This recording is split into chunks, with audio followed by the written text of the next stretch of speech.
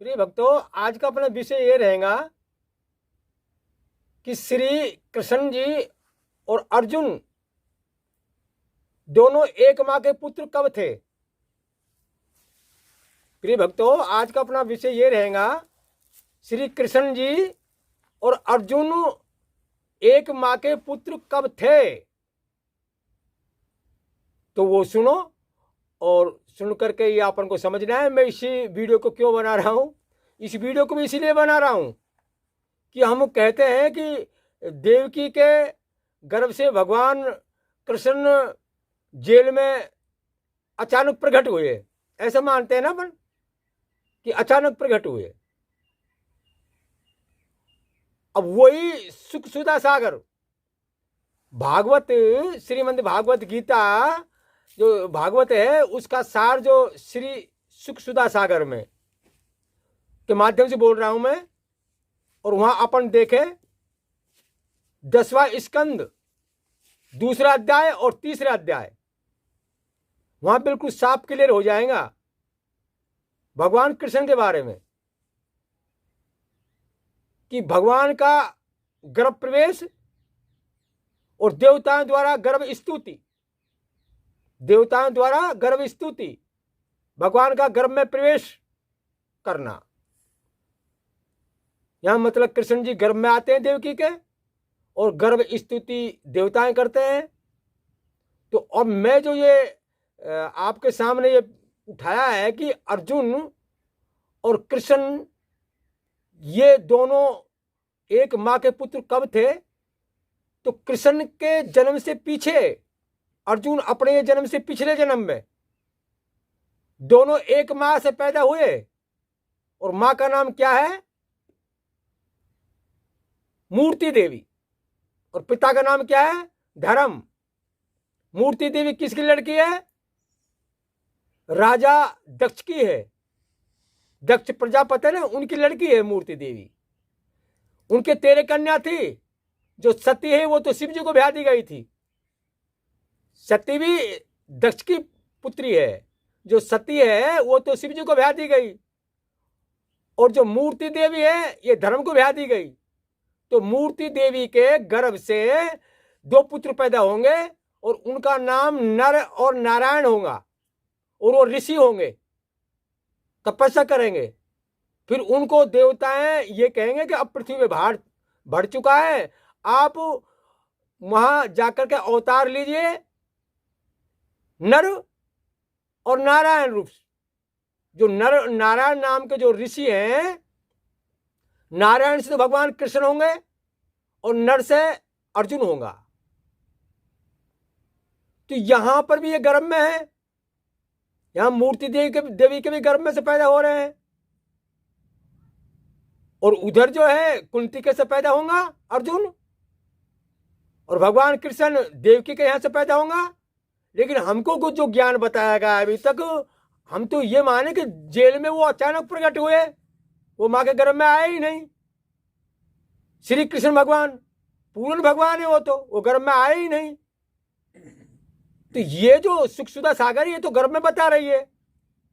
मैंने जो अभी आपको बोला था कि दोबारा देख लो आप, भगवान का गर्भ में प्रवेश और देवताओं द्वारा गर्भ स्तुति, यह अध्याय देख लें आप 10वें स्कंद में 2-3 अध्याय में। तो 2 अध्याय में एक जगह लिखा है भगवान के ज्योतिमय अंश को वसुदेव जी द्वारा आदान किए जाने पर देवकी ने ग्रहण किया। 2 अध्याय में आएगा ये भगवान के ज्योतिमय अंश को जो जगत का परम कल्याण करने वाला है। भगवान के ज्योतिमय अंश को जो जगत का परम कल्याण करने वाला है, वो वसुदेव जी के द्वारा आदान किए जाने पर देवकी ने ग्रहण किया। और फिर 3 अध्याय में भगवान श्री हरि मूर्ति वो देवी देवकी के गर्भ से प्रकट हुए। 3 अध्याय में जब देखेंगे ना अपन लाइन आगे पढ़ते पढ़ते, तो वहां ये आ जाएगा कि भगवान श्री हरि विष्णु देवकी के और गर्भ से पैदा हुए, प्रकट हुए। तो ये तो गर्भ में आ रहा है यहाँ, ये जो सुख सुधा सागर गर्भ बोल रही है। तो अब हम संशय में क्यों रहे? हम तो उनको कहे वो अचानक प्रकट हुए, भगवान राम भी प्रकट हुए, कृष्ण भी प्रकट हुए, वो गर्भ में नहीं आते, पूर्ण भगवान है वो। तो इधर रामायण जी जब उठा करके देखेंगे ना आप, तो वहां पर भी भगवान राम गर्भ में आएंगे और सोम कौशल्या कहेंगे इस बात को। ब्रह्मांड निकारा निर्मित मारा, रोम रोम प्रतिभेद कहे, राम जी के बारे में। तो सोम कौशल्या कहेंगे जब भगवान राम उनके सामने आएंगे प्रकट होकर के वहां। अब वहां प्रकट शब्द लगा रखा है, भय प्रकट कृपाला दीन दयाला कौशल्या हितकारी, लोचन अभिरामा तनु घनश्यामा निज आयुध भुजचारी। वहां संत कहते हैं कि भगवान राम अगर गर्भ में आते ना तो उनके हाथ में सुदर्शन चक्र है, वो माँ का ऑपरेशन हो जाता। तो वो तो अचानक प्रकट हुए। लेकिन सोम कौशल्या यह कह रही है तुम मेरे गर्भ में आए हो, और लोग हंसी करेंगे। और धीर पुरुष जो है वो भी अपनी मति को थिर न कर पाएंगे कि जिनके रोम रोम में अनेकों ब्रह्मांड है वो कौशल्या के गर्भ से पैदा हुए हैं, तो वो भी अचंभित हो जाएंगे। ये चौपाई के द्वारा, इसके द्वारा सुने क्या कर रही है कौशल्या माँ, यहाँ स्तुति कर रही है भगवान राम से। ब्रह्मांड निकारा निर्मित मारा, रोम रोम प्रतिवेद के, ब्रह्मांड निकारा निर्मिति मारा, रोम रोम प्रतिवेद के। मम उर्सोवासी उपहासी, सुनतो धीर मति थिर न रहे। मम उर्सोवासी उपहासी, सुनतो धीर मति थिर न रहे। क्या कह रही है कौशल्या माँ स्तुति में कि आपके एक एक रोम में अनेकों ब्रह्मांड है और आप मेरे गर्भ से पैदा हुए हो। लोग हंसी करेंगे जिनके एक एक रोम में अनेकों ब्रह्मांड है, वो कौशल्या के गर्भ से पैदा हो रहे हैं। तो धीर पुरुष जो अपनी मति को वो भी थिर नहीं रख पाएंगे, जो धीर पुरुष है वो भी विचलित हो जाएंगे कि जो सर्वज्ञ प्रभु है, जो कण कण में विराजमान है, क्या कौशल्या के गर्भ से पैदा हो रहे हो, लेकिन तुम मेरे गर्भ से पैदा हुए हो। मम उर्सो वासी उपहासी, सुनत धीर मति थिर न रहे। तो अब हमको क्या संशय है, हम अचानक प्रकट क्यों करते हैं? जब ये सोम चौपाई कह रही है, तुलसीदास लिख रहा है कि गर्भ में आया, और इधर सुख सुधा सागर लिख रही है कि गर्भ स्तुति, गर्भ में प्रवेश। भगवान के ज्योतिमय अंश को जो जगत का परम कल्याण करने वाला है, वो वसुदेव की द्वारा आदान किए जाने पर देवकी ने ग्रहण किया, और भगवान विष्णु देवकी के गर्भ से प्रकट हुए, पैदा हुए। सुख सुधा सागर में देख ले, रामायण जी में देख ले। तो मैं आपका दास हूं, आपका नौकर हूं, आपको सार सार छांट के दे रहा हूं। ये वैसी बकवास नहीं हो रही है कभी आप ये समझ रहे हैं कि तो वो से भूस रहा है। मैं प्रमाण सहित बोल रहा हूं। पूरे भारत में संत महात्माओं से इनको जचवा ले, साफ करवा ले, और अपनी बुद्धि को निर्मल बना ले, साफ कर ले। उस लक्ष्य पे चले अपन, जहाँ केवल मोक्ष प्राप्त करनी है। तो केवल मोक्ष कब प्राप्त होंगे हमको? जब इन ग्रंथों को सार सार समझ लेंगे हम। इसलिए एक जगह एक संत ने लिख दिया कि पथ मत के बाणियों मित्र साधु संग में, निकाल सार सार लो, निकाल सार सार लो, आदत बुरी सुधार लो, हो गया भजन। कि ग्रंथों को भी सार सार ले लो, इनमें से, इनमें सब कुछ मिलाया हुआ है उस कवियों ने, संतों ने। किसकी प्रेरणा से? उसी भगवान की प्रेरणा से। क्यों? अगर मोक्ष चाहिए ना केवल, तो सब में से छांट करके आना पड़ेगा। ये प्रभु की सृष्टि है, सारी सृष्टि उसी की है।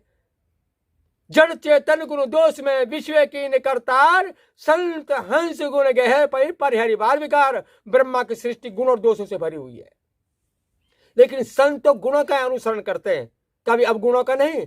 तो आपको संत मत की तरफ चलना है, और जब तक संत मत की तरफ नहीं चलेंगे, जब तक अखंड सुख नहीं मिलेगा। ना यहाँ सुख मिलेगा और ना वहां सुख मिलेगा। ये अटल सत्य। एक दिन यहां से शरीर छोड़कर जाना होगा, तो जाएंगे तो जाऊंगा कहां? अगर यथार्थ ज्ञान आपने प्राप्त कर लिया और सर्व के प्रभु की भक्ति करने लग गए, तो भगवान के सनातन परम धाम में जाएंगे, जिसके लिए गीता में भगवान कृष्ण स्वयं कहते हैं, अर्जुन तू उस परमेश्वर की शरण में जा, उस परमेश्वर की कृपा से तू परम शांति तथा सनातन परम धाम को प्राप्त करेगा। 18वें अध्याय के 62 श्लोक में देख ले। और 64 में फिर फट से वो कह देंगे, है अर्जुन तू मेरा भक्त बन, मुझको मानने वाला, मैं गोपने से गोपने मत कहता हूं, तू मेरा भक्त बन और मुझको पूजने वाला हो तो मुझको प्राप्त होगा। दोनों ही श्लोक ठीक है। अगर भगवान विष्णु की तरफ अपन जाएंगे तो बैकुंठ धाम दे देंगे, वहां कुछ समय का सुख है, वो सुख भोगने के बाद में वापिस फिर दुखों में आना पड़ेगा। और सनातन परम धाम में जाएंगे तो दोबारा नहीं आना पड़ेगा, अखंड सुख प्राप्त हो जाएगा। अखंड सुख का मतलब है कि आत्मा को दोबारा कोई वस्त्र रूपी शरीर नहीं मिलेगा, आत्मा स्वयं आनंद स्वरूप है, अखंड आनंद स्वरूप स्वयं आत्मा है। वो चौपाई आती है ना रामचरितमानस में, सुनऊ तात ये अखत कहानी, समझत बने न जाए बखानी, ईश्वर अंशी जीव अविनाशी, चेतन अमल सहजे सुख राशि। सुनऊ तात ये अखत कहानी, समझत बने न जाए बखानी, ईश्वर अंश जीव अविनाशी, चेतन अमल सहजे सुख राशि। तो ये आप समझदार हैं और वीडियो को देखते हैं। यह मैं सत्संग को विश्राम दे रहा हूं। ये केवल मोक्ष में वीडियो जो डाली हुई है, इनके ग्राहक बहुत कम है और वहां केवल धाम को जाने वाले बहुत कम है ना। सब संसार की तरफ लग रहे हैं, तुरंत सुख मिल जाए, अभी मिल जाए, स्त्री भोग में मिल जाए, खाने में मिल जाए, सोने में मिल जाए। लेकिन ऐसा नहीं, हमारे महापुरुषों ने ये कहा है, अरे सू करे कू करे करत है, खान पान रति भोग, नर देही दुर्लभ यही मिली राम मिलन के योग। तो मैंने अभी यह कृष्ण अर्जुन को जो एक माँ का पुत्र बताया, वो किस लिए बताया है कि ये भी अंश है प्रभु के। तीन चीज है, ईश्वर, जीव और माया, यानी कि आत्मा, परमात्मा और माया। माया तो शरीर जो दिख रहा है हमको, और चेतन माया ये आत्मा है, और मायापति परमात्मा है।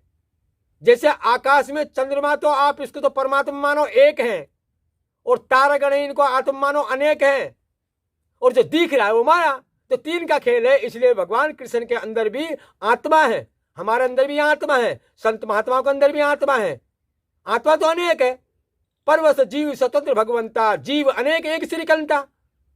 वो श्री यहाँ साकार रूप से जो ज्ञान दिया जा रहा है ना, तुलसीदास श्रीकंता, श्रीकंता बोलते हैं, श्री बोलते हैं सीता को, लक्ष्मी को, और लक्ष्मी के पति विष्णु को। ये साकार रूप में समझाने के लिए है हमको।